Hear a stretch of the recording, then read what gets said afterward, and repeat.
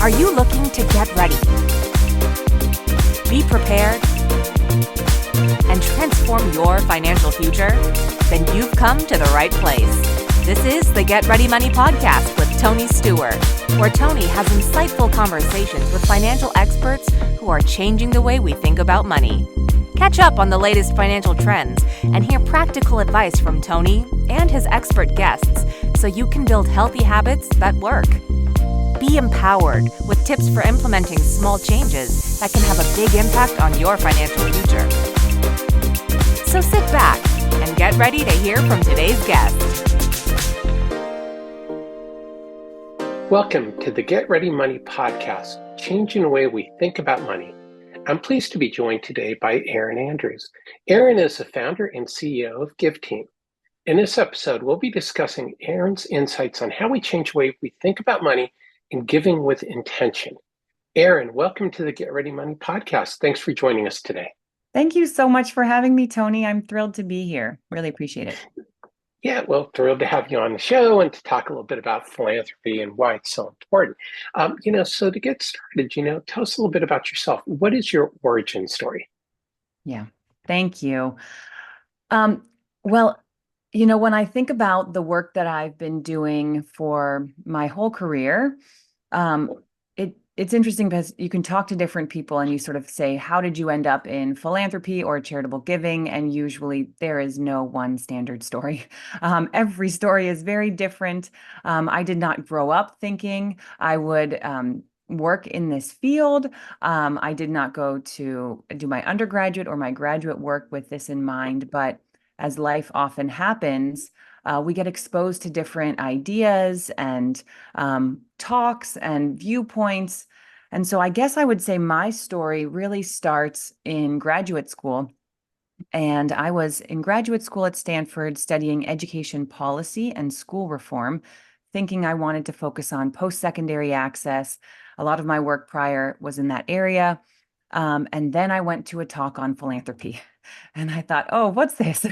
I met up with a few folks who were working on an idea about how to identify high impact organizations. And this is really where my interest in philanthropy started. It was around the idea of how do we make sense out of a complex system when we have limited information. That was really the question that I was drawn to. And this was at a time when Charity Navigator was really the main evaluator in this space, promoting things like overhead ratios and fundraising efficiencies to consider before deciding where to give. And we just felt that that was a little bit misguided. It's not that's something you shouldn't think about ever, but it's not the first number of things I would consider when deciding, is an organization doing great work? So we set out to try to come up with a new way to think about which organizations were doing really great work. And that's really where the story begins. And I haven't looked back since. I've been focused on strategic philanthropy ever since. And as I look over my career over the last 15 some years, every job and work, every bit of work that I've done really is in the effort of trying to solve sector-wide problems in a scalable way. So as much as I love education, if I were to pick a vertical, probably that would be it. But really my career has been at a sector-wide level, looking at how can we make processes, systems more efficient, more effective from the nonprofit side, from the donor side, from evaluation, data management, all different angles.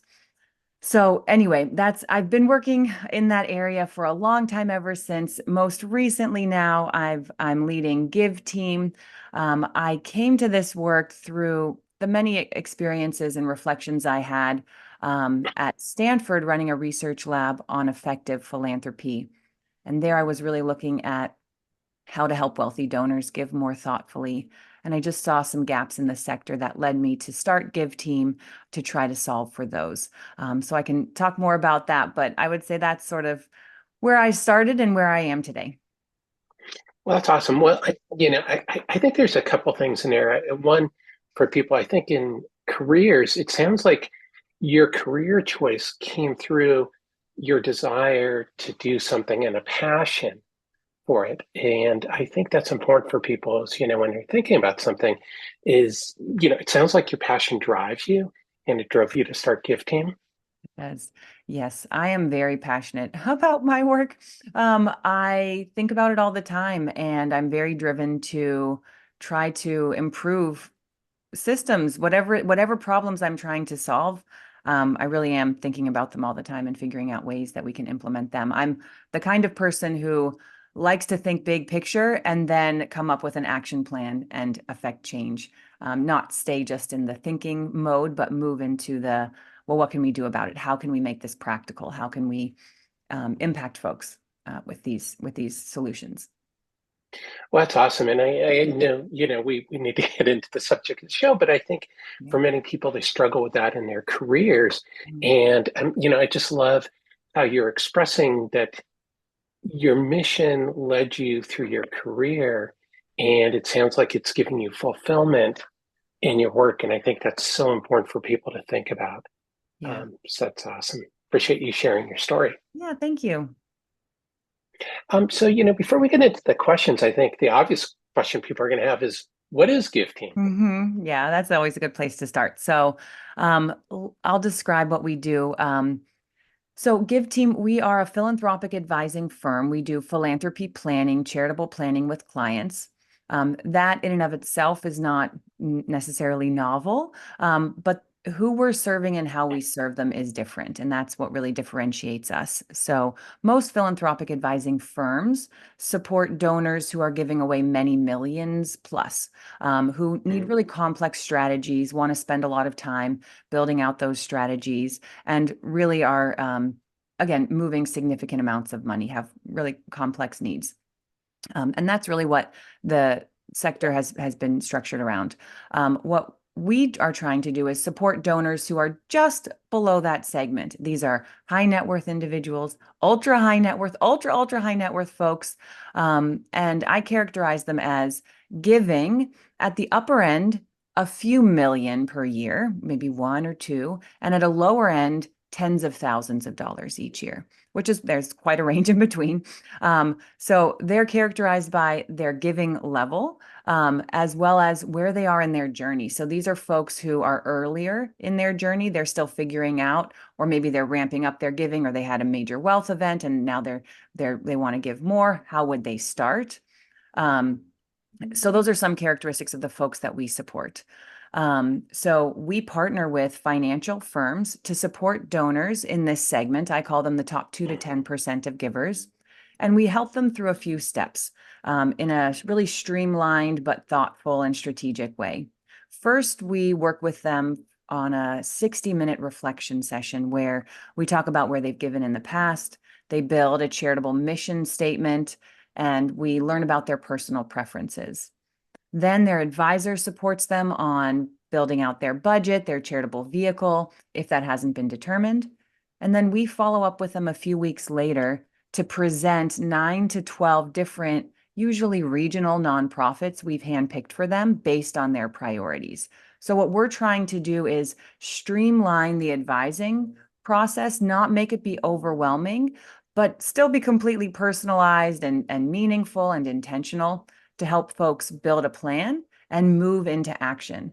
Because what I saw so often is, I love my financial advisor colleagues, but they usually feel really, really strong and solid on the budget, charitable vehicle conversation, sort of the tax planning strategies, but where they tend to not have as much to give is around how do we build a mission statement and how do we find nonprofits to fund.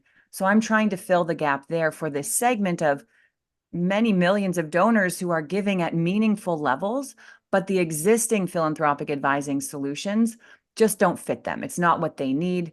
It's not at the right price point. It's not the right time commitment. These folks are pretty busy. So that's what we're trying to do. We work with clients all across the country and really do this work by partnering with different financial advisors.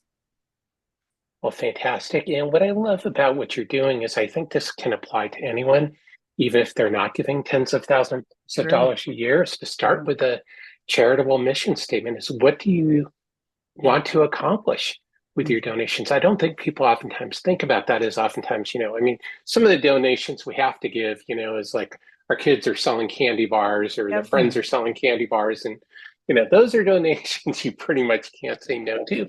But with Hmm. the rest of your donations is what do you want to achieve? And as part of what GiveTeam does, but there are research tools where people can come up with nonprofits on their own, obviously not to the level you can with your Yeah. services and Yeah. everything. But I think this is important for people. Think Hmm. about who you want to give to.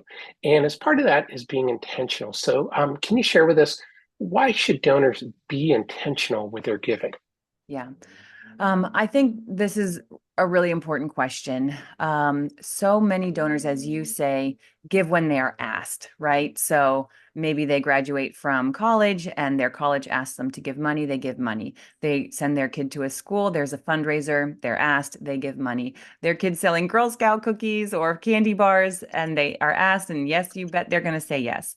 And there's nothing wrong with that. That is sort of status quo, default philanthropy. But if you really want to be intentional in your charitable giving, be more thoughtful, more purposeful, there are different ways to do that, and there are good reasons to do that. So one is when you align your personal values, the things that you care about, with your charitable donations, those donations become more meaningful to you and your family.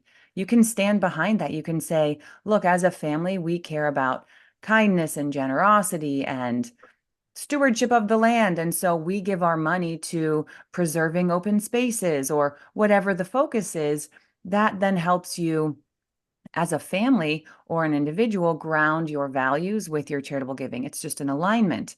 Another reason to have an intentional focus is if you pick just a few areas to focus your charitable giving on, you can learn more about those organizations and those causes, which can enable you to go deeper into those areas and to learn more and say, oh, this is a really great way to solve for this problem. Or now that we're supporting this shelter, we're going to look to support this permanent housing solution. It just gives you a chance to go deeper and be more strategic over time. Um, and maybe sort of the last thing I would say is um, one of the best reasons and that I hear from donors when they go through this process, one of the great things that they find relief and comfort in is when they then are in the future asked to make a donation, they actually know what they are supposed to say yes to and what they can say no to. And they can say no to it gracefully, respectfully, and not feel like they're spreading themselves so thin, right? If you write 100 checks for $10 each versus, a few bigger checks, you're going to have a deeper impact. So having a strategy enables folks to know when to say yes to the things that align with their strategy, their intentional plan, and when to say no. And that can be very powerful and freeing for individuals too. Yeah, I love that. And I think people sometimes, that happens is because they've given to their nonprofits through the year, and then something comes up that they Mhm. really would like to contribute, but they may be hamstrung because they've given out a lot of money. Now, I know for us, as my son has type 1 diabetes, so we're partial to giving to organizations, Yeah. especially those that support children with type 1 diabetes. But, that's become our own personal mission statement. But I think the other thing you said there too is family, Hmm. is that we make that decision as a family. And my son has donated money himself that Hmm. he has raised to those causes because he's passionate about them, and they align with our values as a family. Yeah, we actually supported one family, but really the son, the 15-year-old son, was driving the conversation, having just gone through his bar mitzvah, and he had a sizable amount of money that he wanted to give away. And so we helped him build a very simple mission statement about what he cares about and find some organizations to fund.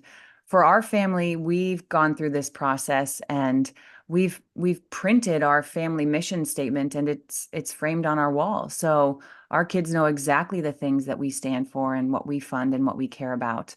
And it can be a really helpful exercise to bring the family together and to teach values and to instill those priorities. Yeah, well, I love that half the family because I think that's an important part of the financial literacy conversation is this helps kids with so many other things as they grow, as being goal oriented, being values oriented, Mhm. understanding that the money has an impact. Yeah. And if they can see it, like, again, in our cases, my son can see the impact that his giving has with the organization, Mhm. and that'll make him more charitably inclined in the future. Um, Absolutely. Yeah, start them young and early. Get them yeah. involved and used to being generous and giving in that way. And it makes a ton of sense that those are the causes that you're rallying behind and want to support, and that you have an intentional strategy around that, and it adds meaning to your life and your family. And so that's really the goal. Yeah, I love this. This is so fantastic. Talk to us a little bit about the Give Team process. I mean, I know you touched on it peripherally. Can you go a little bit deeper so people Mhm. can get a sense of your process and maybe think about, well, one is advisors can think about how Give Team can benefit them, Mhm. but for other listeners, how they can maybe implement a couple of your tactics. Yeah, definitely. So, um, I would say that with the reflection session, so when we start, sometimes donors come to us directly. That's fine too. Sometimes through the relationship with their financial advisor. The financial advisor is welcome to be part of any of the conversations, assuming the client wants them there. This can be very beneficial because the advisor then learns a lot more about what their clients care about and can also help them carry forward on their plan. So whenever possible, that can be a great strategy. Um, the reflection session, we purposefully have folks come to that session without really doing much pre-work. We want them to come sort of with a clean slate, and one of the first things we ask them, and this is something your listeners can do on their own, I'll share this process, but it's something you can reflect on yourself. One of the first things we ask them is where they've given in the recent past. But we don't want them bringing receipts, very much on purpose, because it can often be revealing which nonprofits folks remember giving to and really caring about, and which ones may not actually rise to the top uh, because maybe they don't fully align with their priorities. So we always start there and do a short reflection on where have you given recently? And do you want to continue giving to those groups? And there's no right or wrong. Even if we build a strategy around climate change and you still want to give to the local shelter, that's of course perfectly fine. But then we move into a values-based exercise. And this is where we just go down memory lane for these donors. We have them reflect on formative moments in their life, things that were meaningful or impactful to them, shaped them, changed them, made them who they are today. We look at different values and identify which values are meaningful to them. When it's a couple going through this process, I have them build out their values separately, and then we reveal them and see how much overlap is there. Do they want to come up with a blended list? And then we hear stories from them about why they chose different values. This is an incredibly meaningful part of the exercise because we learn so much about what's important to these folks. And advisors who listen into those conversations really learn a lot about their clients. These are emotional conversations, and we just do a lot of listening and reflecting back. And then we're moving into action. So which causes do they want to fund? Which populations or communities, geographies? And ultimately, we build a mission statement based on everything that we've learned, asking specific questions, because if they want to fund education, that's so big. How can we, are we talking about literacy, post-secondary access, tutoring? There's so many different facets. So trying to get as specific as we can, because everyone has limited resources. Even if you're giving away millions of dollars per year, you can't fund everything. So that's what the first session is like. And it's, again, very emotional, very rewarding. We've had laughter, tears, aha moments. I can't believe we've been funding that when we care about this. So many just really wonderful stories. And then if it makes sense, the advisor checks in, I mentioned, on budget vehicle. One of the things that can be helpful is my preference always is to have the reflection session before budget and vehicle is finally set, because sometimes we learn, and not all advisors ask this, but sometimes we learn that the donors are interested in political giving or giving to 501c4 advocacy groups. And if that does become part of the charitable plan, we don't want those donors can't put all of their charitable money into a donor advised fund, for example, because you can't give to politicians through that vehicle. So if we've learned something useful, we'll share that back with the advisor so they can better advise their client on the financial piece. So it's a team effort in that way. And then when we present the organizations we've picked out for the donors in a 45-minute delivery meeting a few weeks later, we go through each of those organizations in a good bit of detail. We usually present 3 or 4 organizations per cause area. So maybe education is one of the areas, and we might share 3 or 4 organizations. Each one will talk about why it's a good fit for that donor. Maybe they wanted to fund a direct service organization, having a deep impact on small numbers of folks with strong quantitative reporting, whatever those parameters are that they care about. We'll talk about the mission, the programs, the impact, who's funded them, their latest expenses, their ruling year, how much they might consider giving to that group. So they really have a good sense of what the organization is up to. And as much as possible, we try to recommend local organizations. There's a reason for that strategy. One of the big reasons is for donors who are giving at these levels, in the tens of thousands to the low millions, those dollars go a lot farther locally than they do to a large national organization. And so, donors think about that. And this might be something your son thinks about. If he has $100 or $1,000 to give away, he wants it to make a difference, right? And so finding an organization where that is a meaningful donation to them, can make a difference for a donor to feel connected to that organization, that mission. And then the other reason is a lot of the folks we support have been giving reactively, sort of when asked. And so to give to an organization that's nearby, where they have a chance to get to know the organization over time and maybe go to an event or volunteer, that can help them feel more connected and stick with that organization in the longer term. So those are a few reasons why having a regional strategy can be really helpful. Yeah, that's sort of the process.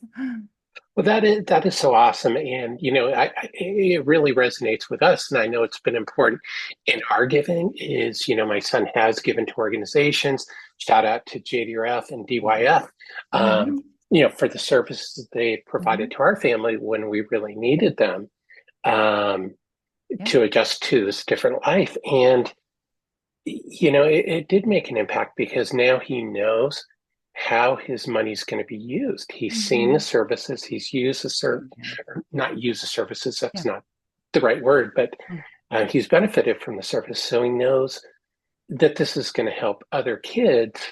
And so, we and he can identify with that. So I think that is so important. And as you pointed out, is with that community centric, is you can go in there and physically feel how your money is being used. And, that's not to say that national organizations don't do amazing work. Of course. But it's different. And this is a way to give on many levels. It's not just financially.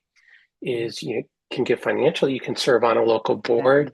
I'll put out a plug for small nonprofits. They're always looking for board members who have talents in areas such as legal, accounting, marketing. I don't know how many times I've been the treasurer for a small nonprofit because they're always looking for somebody who knows something about money. Definitely. So get out there. Yeah. Not only give money, but volunteer to serve on the board. Yeah. You can make a huge difference. Absolutely. Or organize a school outing to do a volunteer event or do a clothing drive, or there's so many ways to get involved and so many opportunities. And yes, especially those small organizations can use lots of help in a variety of different ways, formally and informally. 100%, 100%. So you can have a multi-leveled strategy to support nonprofits that includes, it's not just about money. It's giving your time as well. So, Erinn, let's switch gears and go into the get ready questions. Okay. The first one is, what basic money concept do you wish people knew about giving or just generally? Yeah. So I would say there are really two things I wish folks would think about slightly differently in terms of charitable giving that relate to money. One is thinking about giving from your net worth instead of your income. So a lot of times folks think about maybe I will give 1% of my income or 10% of my income. And that, I mean, any amount is great, right? To give generously. But what a lot of people don't realize is if you think about giving from your liquid net worth, if you have appreciated assets and you give from those, that actually can help you increase your charitable budget without actually, like you can actually give more without having it impact you. So that is to say, if you give from appreciated assets, you can reduce your income tax as well as your capital gains tax. Whereas if you're giving from cash, you only are reducing your income tax. So that's one thing. Maybe the specific example would be if you were planning to donate, say, 10K in cash, but instead you gave 15K from appreciated stock, your tax savings might actually be about equal. So you at the end of the day would your taxes would look the same, and yet you've suddenly now given 5,000 more to charity than you had anticipated. So there are ways to increase your giving without actually impacting your bottom line. Something to ask your financial advisor about in case that is something that could be relevant to you. The other one is when thinking about how much to give, my suggestion is if clients, and in many cases, clients are doing this, if clients can afford to pay, say, 1% of their liquid net worth each year to hire a financial advisor team, I would say you might also be able to afford to give 1% of your liquid net worth to charity. So if you had $2 million dollars in liquid net worth, maybe you could afford to give away 20,000. Of course, every situation is unique, but if anybody's looking for well, what's a number I could start playing around with and see, talk to my financial advisor, that's just a simple one that can be a way to get the conversation going and see, is this a way we can stretch and be more generous? So those are my philanthropy related tips and suggestions those are my philanthropy related ones.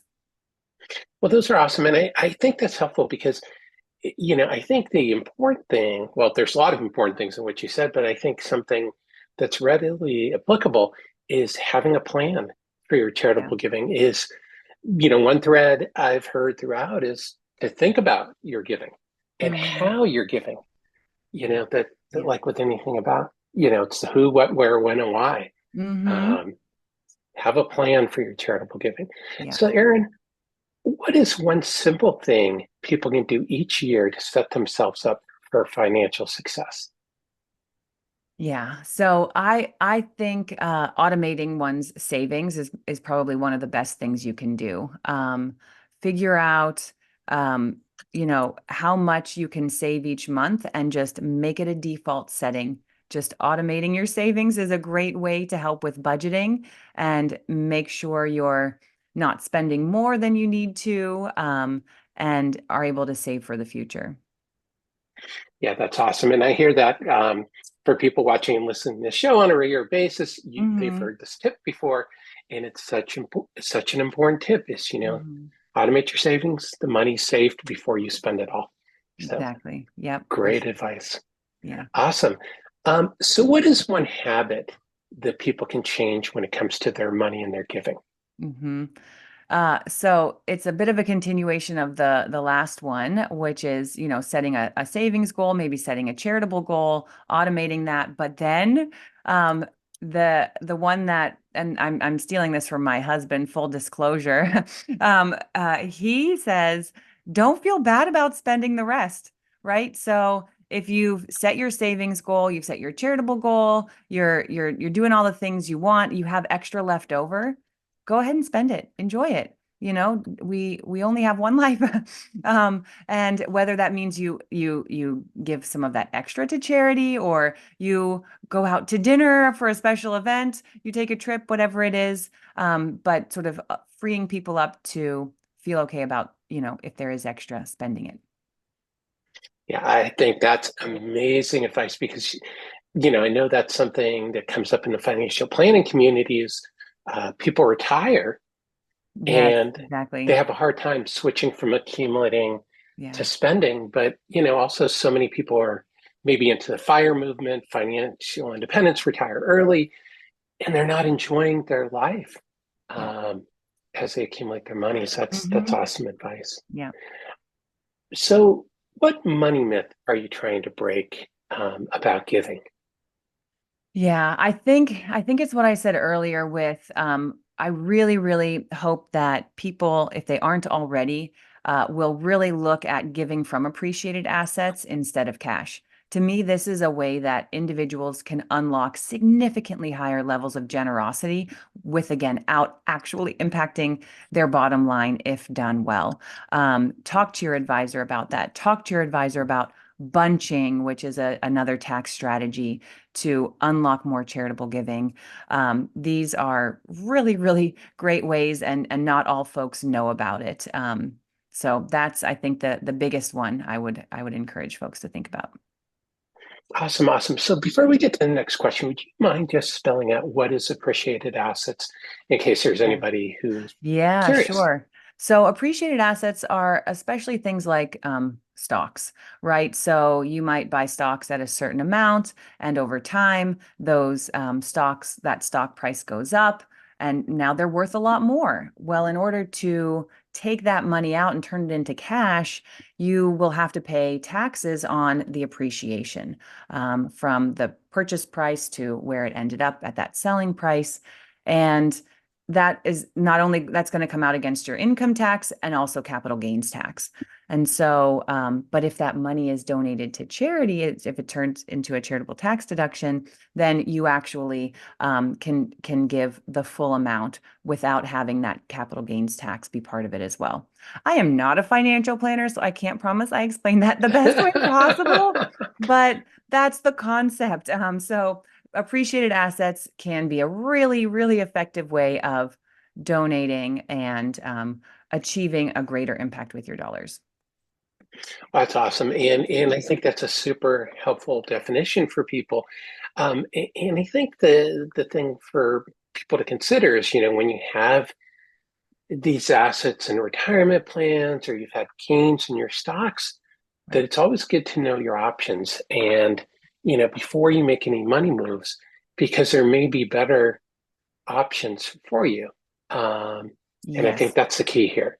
Yes, absolutely. If you are charitably inclined, you should absolutely be talking to your financial advisor about all of the tools at your disposal. Because if you are in retirement, if you're above age about 72 and you have an IRA and you're required to take the minimum distribution and you don't actually need that, you can donate that to charity, and that will also help you from a tax standpoint. There are lots of different options, as well as different, more complex charitable trusts and annuities and things like that, depending on your unique situation and what you need, what life stage you're at, what you hope to leave to your heirs or not.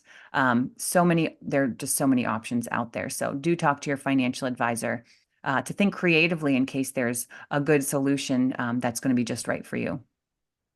Yeah, that's awesome. Well, I think something super important you said is RMDs, which are required minimum distributions from Mhm. qualified plans, is that, as you said, this tracks back to what you said earlier. If you're giving from the RMDs that you don't necessarily need, you're not reducing your income Mhm. from other sources, and it can have different tax benefits. Yes. So, whether it's for yourself in retirement, if you're listening to this, or if you're helping your parents manage your money, for those of us who are in that sandwich generation who have older Mhm. parents that we're helping out, it's great advice. So, Erinn, let's get out the time machine for a minute. What advice would you give your younger self if you could go back in time, knowing what you know now about giving and money? Yeah. I mean, I think it's not that my parents didn't give charitably. I just don't really remember it being a big part of our conversations. I was a little bit aware of charitable giving growing up, but it wasn't as big of a part of my upbringing. And so I guess in as I look back and as I'm raising my own kids now, we're talking about it all the time. We're talking about giving back in a lot of different ways. We're engaging our kids in these conversations. My kids are 11 and 12, so it's not like we can do a lot, but we're doing what we can. Um, so yeah, I mean, I think it's just exposure to these ideas, the concept of kindness and generosity, and teaching that to young folks from an early age, and having that carry through. I don't know if there had been an option to study philanthropy as an undergraduate, if I would have done that. I have no idea. But I'm grateful that my path took me where I am today. I think when I was younger, and I think a lot of kids are hard on myself. What am I going to do? Where am I going to find my way? What's going to be my career path? And you stress about these things you don't know. But I think I was lucky to be supported in such a way where I could pursue jobs and opportunities that were purely interesting to me, and continue on that path and find the next thing that was really interesting, and that's where I ended up. I'm in charitable giving, I'm in strategic philanthropy, and I love it. I never would have known I would have ended up here. um but I don't regret my path along the way. I think it was all of the experiences we have when we're younger shape and lead us to where we are today. And it's helped inform my perspective. I had a humanities background, a thinker, a writer, an arguer, a researcher. That all, contributes to the way that I think and do my work today. Fantastic. No, that's super helpful. I'm just curious. Do you have I can't think of any offhand, but do you know any programs or apps where kids can learn about charitable giving? Oh, that's a good question. I'm not sure about programs or apps specifically. There are some, if you just Google search things to do with my kids around charitable giving, you'll find some nice little quick tips. It's, take them to volunteer events, have them, save a portion of their allowance for charitable giving, talk to them about money, help them think about where to give during the holidays, or do a birthday fundraiser, do a bake sale. There are lots of ways to get kids involved. No specific apps though that I can think of. Yeah, Yeah, I was just curious there because I might was, I be. was trying to think.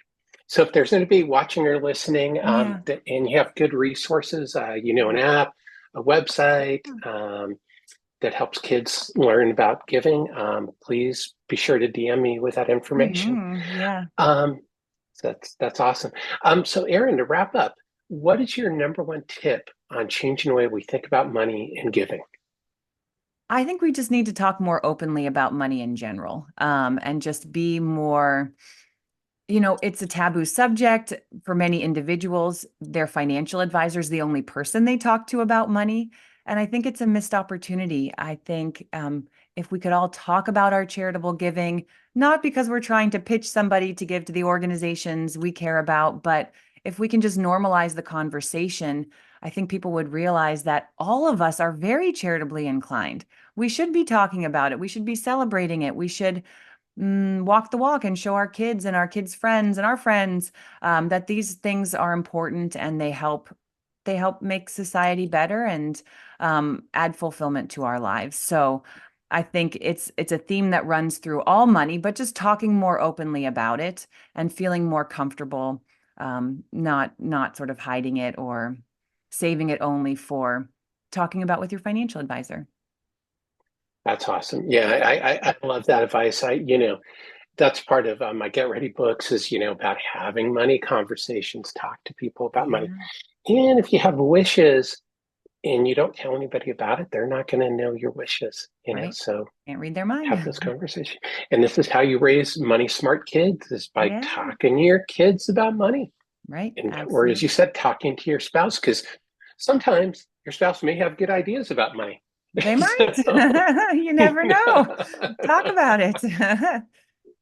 So Yeah. that's awesome. Erinn, well, thanks for sharing all of your insights. Where can people learn more about you? Where can they learn about GiveTeam? Yeah, I mean, certainly to find out more about GiveTeam, check us out. We're at thegiveteam.com. The best way to follow me and my work, I'm active on LinkedIn. So just look me up on LinkedIn, reach out, join my network. I'm constantly posting about what's going on in the charitable space, what reports are coming out, what we're finding, what events we're going to, what we're seeing. So join the conversation there. That's the best way to connect with us and follow our work. That is so awesome. Well, thanks again for joining us today on the Get Ready Money podcast. Thank you so much for having me, Tony. Great to be in conversation with you. Yeah, this was awesome. Appreciate all your insights, and I hope for everybody tuning in today. As always, thank you, of course, for tuning in. If you learned something today to change the way you think about money and giving, please be sure to subscribe and share the podcast with a friend. Until next time, let's change the way we think about money.